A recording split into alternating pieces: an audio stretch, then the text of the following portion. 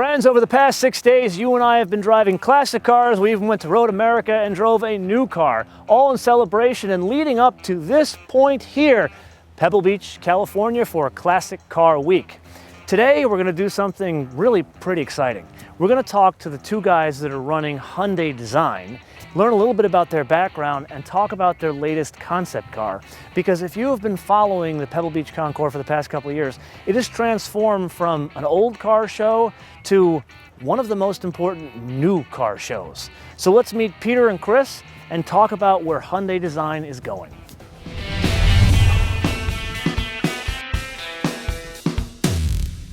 Now, refresh my memory, has there ever been a Hyundai on the concept lawn? As far as I know, not. So this is really a first. That's a premiere, yeah. That's something we're really proud about. So how long have you actually had the post of a Chief of Design for both Hyundai and Kia? Well, for both, I'm since 2.5 years now. Okay. And so in 2.5 years, you got a car on the concept lawn. Yeah, that was... yeah, so you're not fooling around. I think I'm very happy that our top management actually agreed to do this. And it took me quite a lot of, convincing. And I think it's really great, and we're all very proud that we have that now. So what goes in to coming into a company like Hyundai and saying we should put a concept car on the lawn at Pebble Beach? How do you convince management to do that?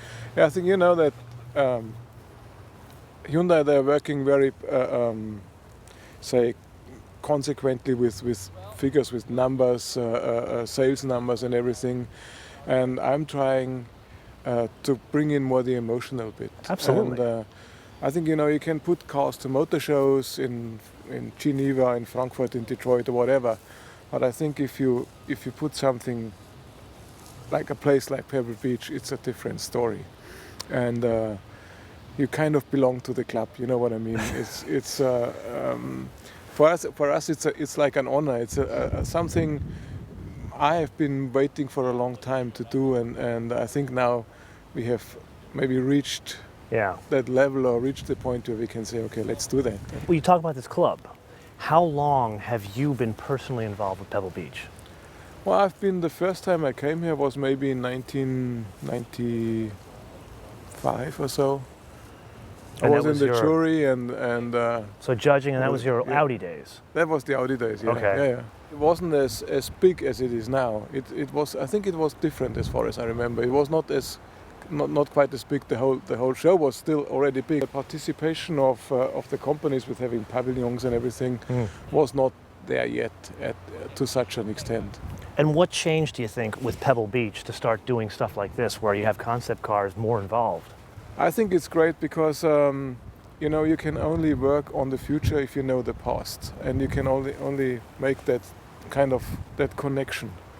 And I think it's great that also now in a place like this, and like when there's the Concours d'Elegance, there's also concept cars, because it keeps things alive, and it's not only the classic cars, like from older days, but it's also the future is there. Absolutely. And I think this is also something that will keep this whole event alive.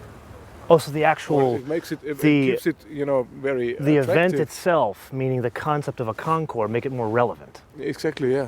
That's a good point. I was just talking about this with some classic car friends of mine. Yeah. Because everybody's changing now, because it's no longer about the actual, just the details of like making a classic car beautiful. It's like chipping the car, like getting a Ferrari F40 LM just sold for $3 million yesterday. I remember when that car was new. Yeah. Yeah, this is how times change, Well, I started at a place called Isuzu, actually. So my first car was an Isuzu. Really? Well, that's a cool thing. But we had a great team there and a wonderful energy. Shiro Nakamura was there as well. Shiro was there. Really wonderful team in California.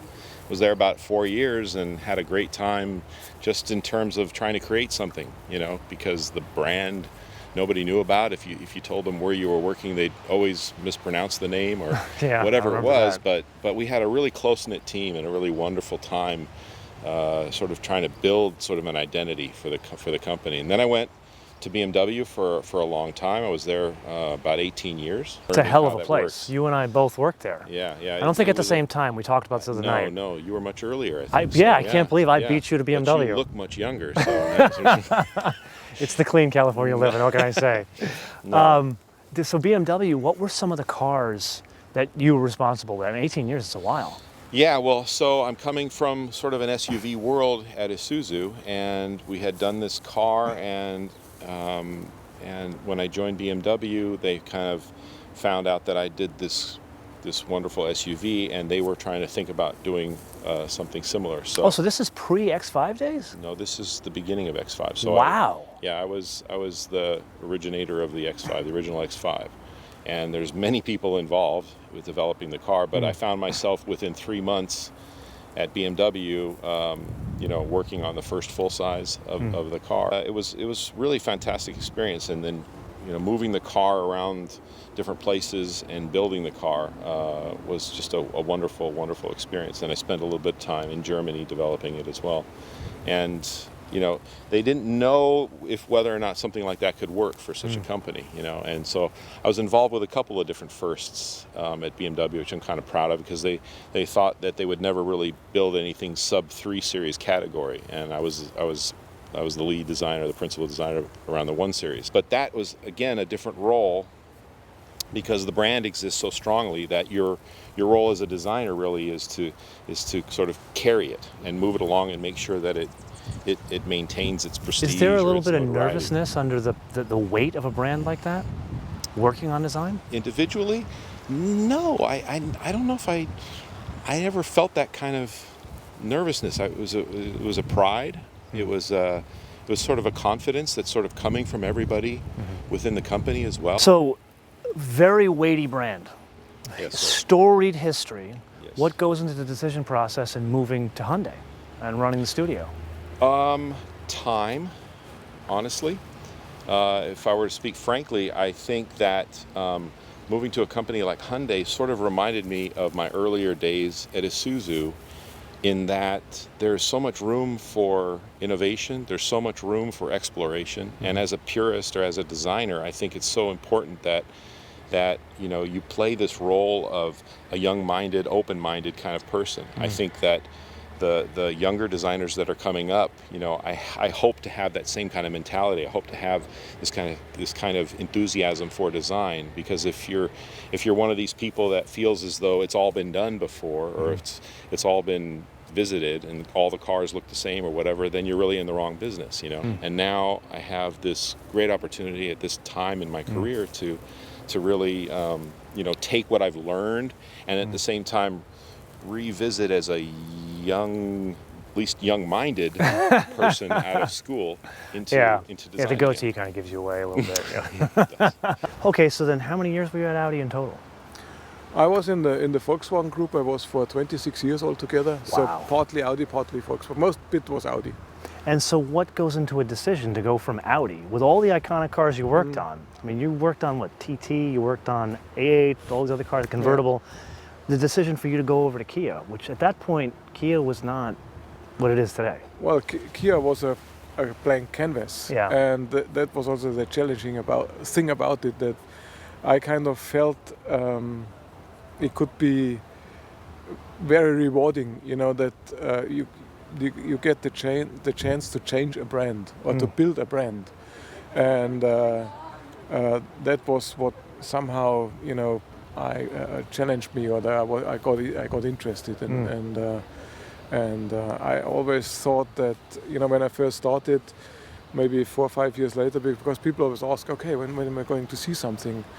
I always thought like 4 or 5 years later you will start to see it, and now you can really see that how the whole company has changed, and it has transformed, and you could hardly imagine how it was before. And totally unrecognizable. To be honest, I did not dream that it would go that well. it would go that fantastic. I was convinced that I could do something really good, but it really came out. Like, great, what were 3 things when you rolled into Kia for the first time? And you were working your studio in Frankfurt, correct? Yeah, correct. Yeah. So well, one of them. One of them. What was like 3 things you really wanted to work on when you got to Kia? Well, there's still some things left that I want to work on, like something. Well, we have done something now here. Yeah.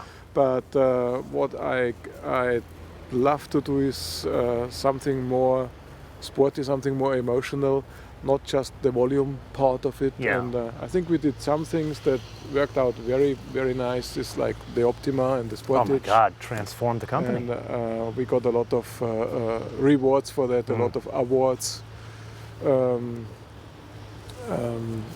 And I think there's something that we are coming out with that from the Kia side is, we had a show car that was called the GT. Yes, Stinger. And not the Stinger. Not Stinger. That was the GT4 Stinger. Okay. Beforehand we had one that was called GT, was like a 4-door, very stretched. Oh, I remember this fastback car. coupe. Okay, yeah.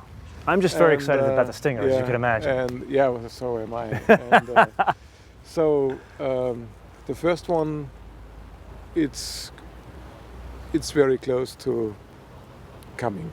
And so Really? this for me is a dream come true. And the Stinger is still something we have to work on, and maybe someday. Okay. But it's still, if you say something that I still want to do, that would be something like that. Okay. So now, 2.5 years ago, you take over the role at Hyundai. So what are 3 things you wanted to do when you took over the role at Hyundai?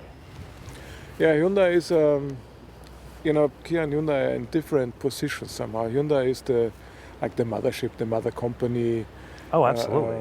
But it was also more mature when you took it over. It was already very successful. Yeah, absolutely. And they have started that kind of what they call the fluidic sculpture thing, and which is very spectacular and very expressive design.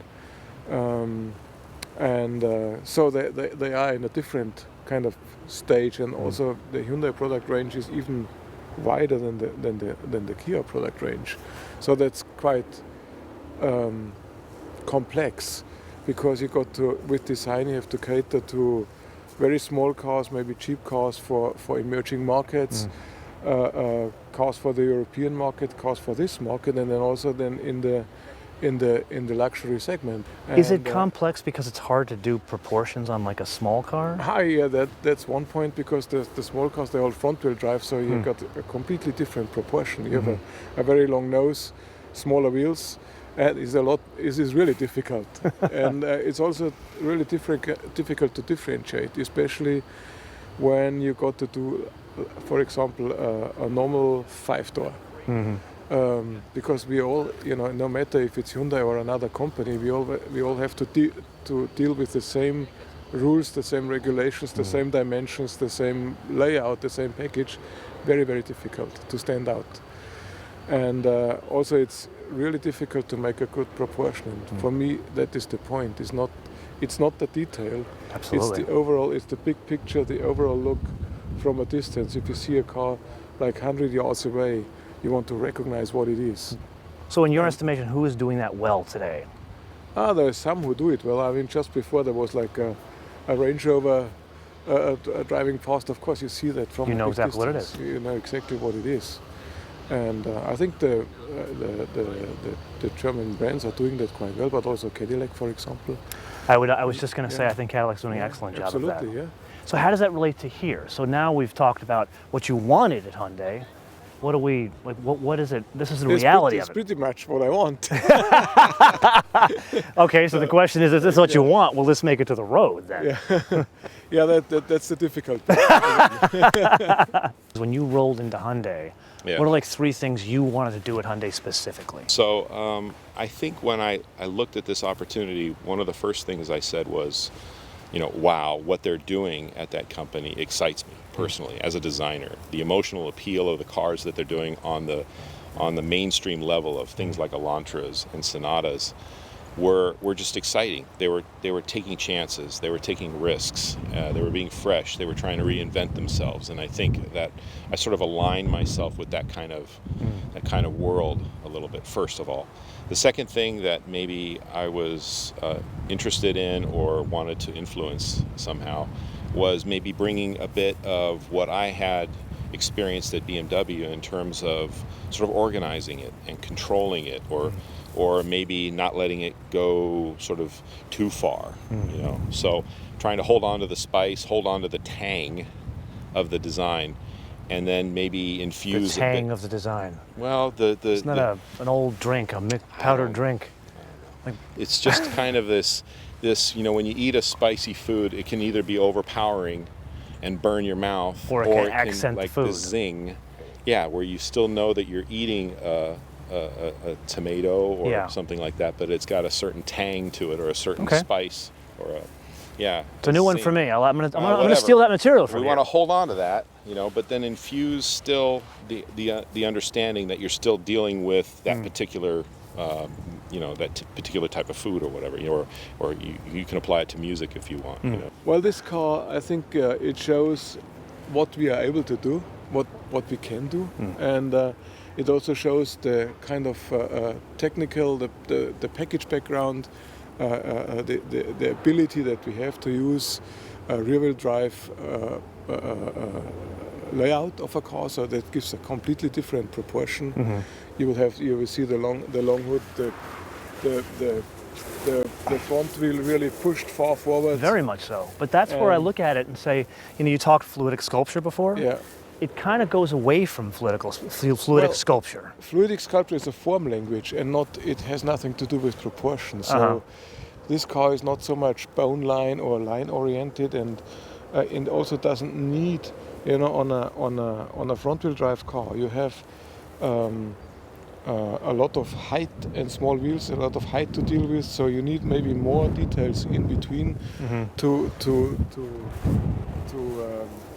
reduce the optical height and to tweak the proportions.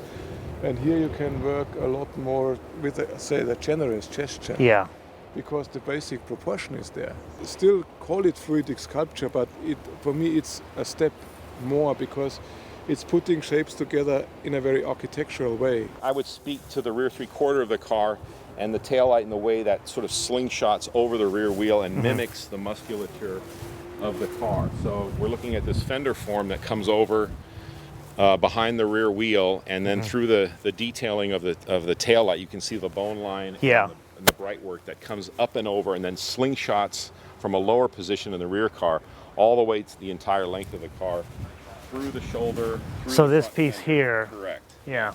So it would have been really easy for us to do the sort of typical horizontal taillight that's on a lot of these kind of cars, but we thought, you know, in the end of the day, people ask you about, well, why did you go concave here? Why did you go convex? Why did this I was going to ask you that. Why is this and this? Why? In the end of the day, what happens is you cut and carve a lot of different options, but what seems to be the most natural one is the one that you land on. And if you've got the courage to do something as simple as this taillight, and then emphasize this sort of slingshot motion up and over, and then mimic again this form right here, these two lines right here, up and over the entire length of the car, through the front fender and into the grille area, it really helps give this feeling at movement at rest, is what we call it, when the car is standing still. And then a completely different posture or stance we call of a cruiser when it's rolling, because the car is really not meant for windy roads like Malibu Canyon or whatever, but rather that weekend escape. So we wanted this thing to really have a calm stature posture of a cruiser. Put your elbow out and you're on the weekend escape. You know, in profile, the car actually has a deck lid. A lot of people are looking at the car, particularly from front three-quarter. It has a GT appeal. Oh, I didn't realize that was a hatchback when you showed it to us at LACMA until maybe 10 minutes after. Yeah, so we're thinking either way, honestly, because functionality-wise, the hatch could open up in a 4-bar link kind of way and move forward like this kind of motion. So this glass could remain fixed, or it could be a hatchback. But either way, what we wanted to do is maybe highlight some really wonderful engineering with a nice hinge that gets exposed when you open up the rear. So we wanted to celebrate and at the same time maybe you know, capture a couple of functional things. Now, full disclosure here. Yeah. When I turned up at LACMA to see the car, I was fully expecting a new G Coupe. Right. This is not a new G Coupe. No, sir. So not intended to be a G Coupe. No, we got a wheelbase 3170. Yeah. That's a big dog. That's a very big wheelbase. Yeah. We got a big wheelbase on this thing, but it looks compact, you know, because of the shoulder width is coming. You mentioned here from the belt line to the wheel flank here, you're seeing that it's compressed in side view, but it's also quite a good deal of real estate this way. Got some pretty good size wheels on the car.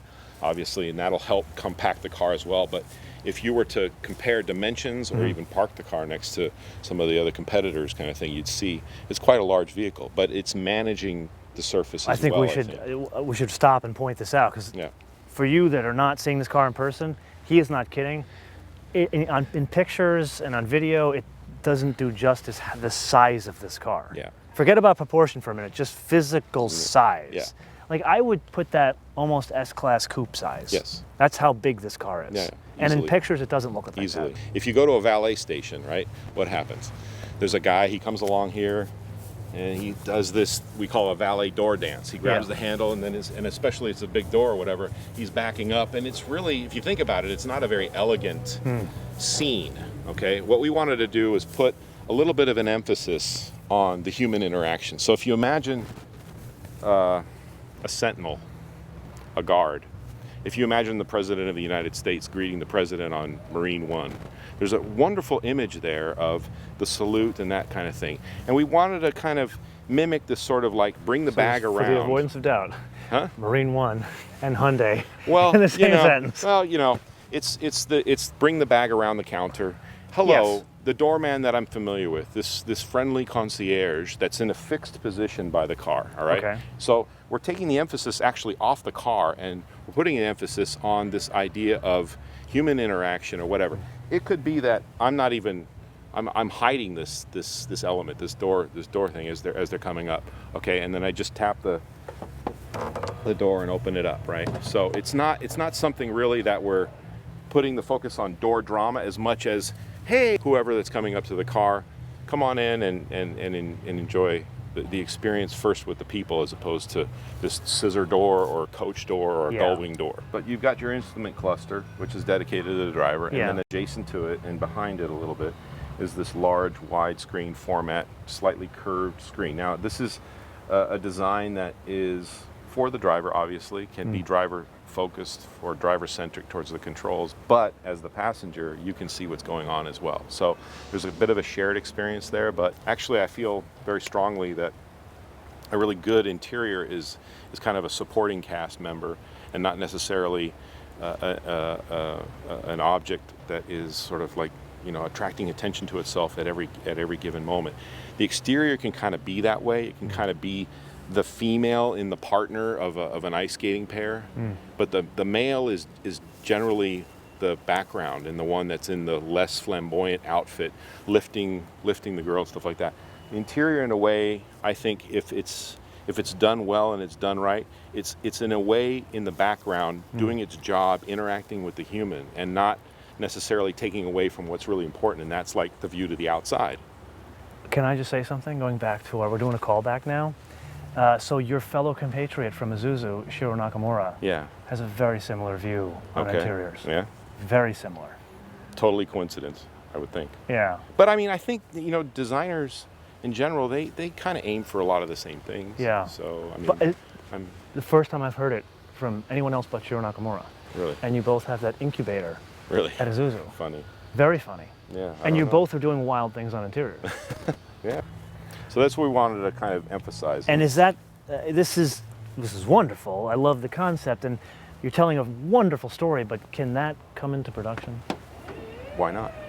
I'm noticing this, and I'm seeing like the sculpture on the side, the sensual part of the sculpture, but I'm also noticing you're putting a different shape of the roof on the car as well. Yeah. It's not as fast of a roof as the other Hyundais. Yeah, we did that on purpose because if you look at the car from the side, we did not want to make the typical like stereo. If you ask somebody to do a coupe, always it's like a pillar up and then down. Yeah. That's a coupe. But there is some also coupes who have quite a flat roof, but it just is lower. Yeah. The coupe comes from French, it means cut. Okay. And so we're learning language today. And so by having a roof line that goes more kind of horizontal and then goes into a really big C-pillar, it makes the car sit in a different way. And also the car has quite a generous length. It does. I was kind of shocked when I first saw it. Kind of coupe typical shape, the whole greenhouse would look too whimsical and push too much forward. So let me ask you, you came in, you made a lot of changes over a couple of years at Kia, and now you're 2.5 years at Hyundai. How do you see this advancing Hyundai, say, if you and I are talking 5 years from now? How do you see this advancing Hyundai? Well, I think the important bit is it will be also, I mean, now this car is coming to the public, and it's going to make it's going to get a lot of attention, I'm sure. But also for me, what is important is it also is an internal motivation, because also all our designers, our management, our marketing people, they see this car now, and it gives them a different kind of attitude, or it will give them, hopefully, and give them another kind of confidence and pride. And I think that is very important, and it will reflect on the rest of the product range. As a musician, you improvise and you practice and you come to something new, and it's an inspiration for the guys, and also internally for me. That is also an important reason why we do concept cars sometimes. And with that, there's the obvious question of what is this going to become? If I'm reading the tea leaves correctly here, this is very much think of A7 segment, but with 2 doors. Now, what is Hyundai going to do with it? I have no idea. Well, you and I spent a lot of time talking to Chris and Peter, but there was no specific direction of what this car is going to become, but where it could go. And now that leaves us with the obvious question of, what do you guys think about this? I'd really love to get your insight on a couple of things here. Number one, yes, there's the overall obvious question of, do you like it? Would you buy something like this? But then, what do you think about some of the details of this car? Like some of the inspirations that go on behind the details. Like, I thought it was really profound that Peter talked about how this not only inspires you guys to buy cars, but he's trying to inspire the people inside of Hyundai just as much. Let me know what you think of all of this in the comments below, or via our social media, MotoManTV all one word, MotoManTV all one word, Facebook, Twitter, and Instagram. And with that, now we must put aside concept cars, because there are about 250 of the finest classic cars on the planet just over there, and I need to check out every one of them.